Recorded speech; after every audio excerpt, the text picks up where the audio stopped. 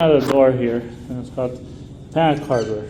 So, like, okay, and you press the handicap button, panic hardware retracts, the door opens. But it's like, first of all, what's the point of having the panic hardware if this is smooth? There's no latch here, right? But if you look, there's a hole at the top, hole at the bottom, because we actually have a rod inside the door.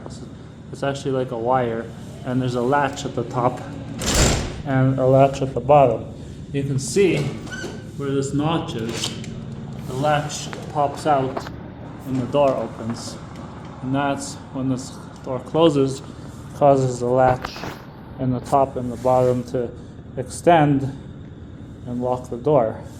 So this handle also does the same thing. Now, in order for this to work though, there's a little motor in here, right here, and the motor retracts the latch. But the way we get power to the motor is through the hinge here. So if you look at this hinge, the middle hinge is a little bit different from the top and the bottom hinge, because this is what's called a power transfer hinge. So if we really can run a cable from our door operator and our button inside the door frame, and then we can go through the hinge and across into the hollow portion of the door and then into the hardware. So if you have any questions about that, let me know.